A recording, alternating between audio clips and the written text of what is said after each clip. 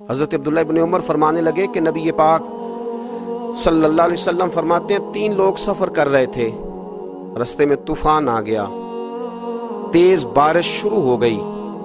تو حضور فرماتے ہیں وہ تینوں بارش سے بچنے کے لیے ایک غار میں چھپ گئے۔ ان کو پتہ ہے پرانے زمانے کے اندر غاریں ہوتی تھیں، اور لوگ جب سفر کرتے تھے لمبے تو پتھروں اور پہاڑوں کے بیچ میں سے سفر کرتے تھے۔ وہ غار کے اندر چلے گئے۔ اب چونکہ طوفان بہت زیادہ تھا،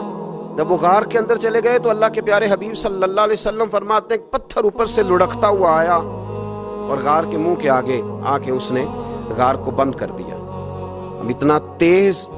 اور اس مضبوطی کے ساتھ وہ پتھر لگا اور اتنا صحیح فٹ ہوا کہ اندر روشنی آنی بھی ختم ہو گئی۔ اب 3 لوگ ہیں، تھوڑی دیر تو وہ پریشان رہے کہ شاید اب کبھی بچ نہیں سکیں گے، شاید چاروں جانب اندھیرا ہی ہے اور اندھیرا ہی رہے گا، شاید یہاں سے نکلنے کے لیے اب ہمیں کوئی رستہ میسر نہیں آئے گا۔ وہ پہلے تو پریشان ہوئے، پھر کہنے لگے یار اس طرح کرو، ذرا غور کیجئے گا میری بات پہ۔ فرمایا اس طرح کرو، اگر کوئی زندگی میں نیکی کی ہے نا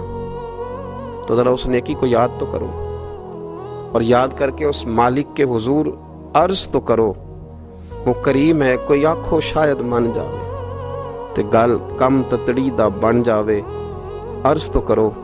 تو ان میں سے یہ آپ اندازہ فرمائیے، یہ بات بیان کون کر رہا ہے؟ یہ مدینے والے رسول بیان کر رہے ہیں، یہ نبی پاک علیہ السلام نے بیان فرمایا۔ یہ وہ کہانی ہے جو ہمیں ہمارے نبی پاک نے سنائی، رسول کریم علیہ السلام نے ہمیں بتلائی، یہ داستان محبت۔ حضور فرمانے لگے ایک نے ان میں سے ہاتھ اٹھائے اور اس نے انداز کیا چھیڑا، عرض کرنے لگا اللہ تو جانتا ہے نا میں نے بکریاں رکھی ہیں، میں غریب ہوں، مزدور ہوں، اور مالک تو یہ بھی جانتا ہے کہ میرے بچے بھی ہیں، بیوی بھی ہے، پر میں جب بھی گھر لوٹا ہوں تو دودھ میں نے بچوں اور بیوی کو پہلے نہیں دیا، بوڑھے ماں باپ کو پہلے دیا۔ اللہ میں نے ان کے ساتھ ہمیشہ کرم کے بازو کھول کر معاملہ کیا۔ وہ غار میں تنہا بیٹھے ہیں اور اپنے مالک کو منا رہے ہیں۔ عرض کرتے ہیں اللہ تجھے یاد ہے نا ایک رات جب میں بڑی دیر سے لوٹا تھا، لکڑیاں کاٹتے، درخت تلاش کرتے، مجھے دیر ہو گئی، میں دیر سے لوٹا تھا، نیت یہ کر رکھی تھی کہ دودھ سب سے پہلے ماں باپ کو پلاؤں گا، مالک جب میں لوٹا تو وہ بوڑھے تھک کر کے سو گئے تھے، میری بیوی نے مجھے کہا کہ بچوں کو پلا دو، وہ سو گئے، تو میں نے کہا نہیں میرے ذمے ہے ان بوڑھوں کے دل کو ٹھنڈا کرنا، ان سے پیار کرنا۔ اللہ بیوی مانگتی رہی، بچے طلب کرتے رہے، میری ٹانگوں میں گھومتے رہے، بار بار آتے رہے، اور میں نے دودھ نہیں پلایا۔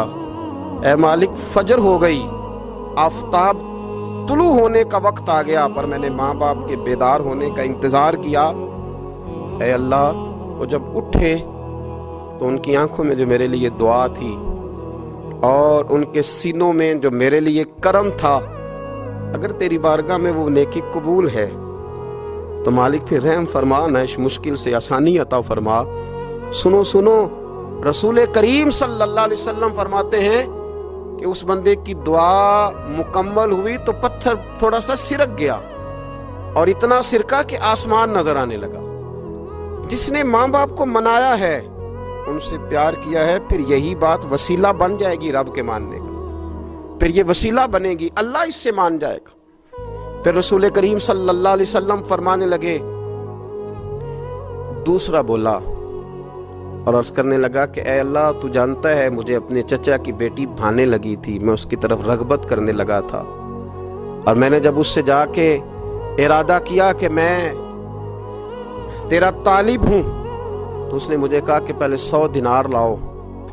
بانا، تو اللہ میں نے مشقت کر کے 100 دینار جمع کیے، اور جب میں پوری طرح اس پر حاوی ہو گیا، وہ میرے قبضے میں آ گئی اور گناہ کا میں نے ارادہ کر لیا، تو اس عورت کے منہ سے ایک جملہ نکلا کہ اللہ سے ڈر، اے مالک وہ میرے قبضے میں تھی، اے اللہ میں گناہ پر قادر تھا، میں چاہتا تو گناہ کر لیتا،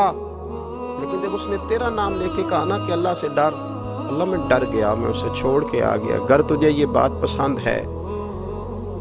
تو پھر نکال دینا اس مشکل سے، پھر کر دینا کرم۔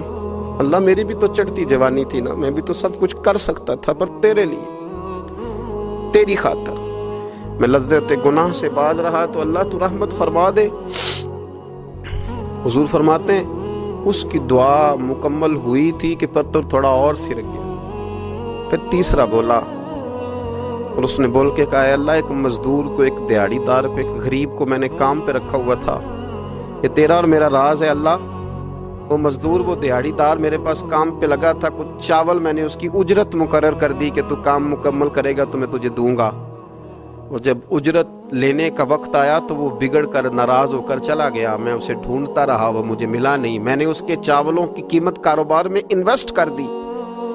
اس کا تھوڑا سا سرمایہ پر میں نے کھایا نہیں۔ پھر وہ اس سے میں کاروبار کرتا رہا اور اتنا کاروبار کیا کہ بہت ساری گائیں اور ان کے چرواہے تیار ہو گئے۔ وہ سالوں کے بعد لوٹا، میں نے اس غریب کا مال کھایا نہیں بلکہ بڑھایا، محفوظ کر کے رکھا۔ وہ سالوں کے بعد لوٹا اور کہنے لگا میرا مال، تو میں نے کہا وہ ساری گائیں تیری ہیں، وہ چرواہا تیرا ہے، یہ سارا کچھ تیرا ہے۔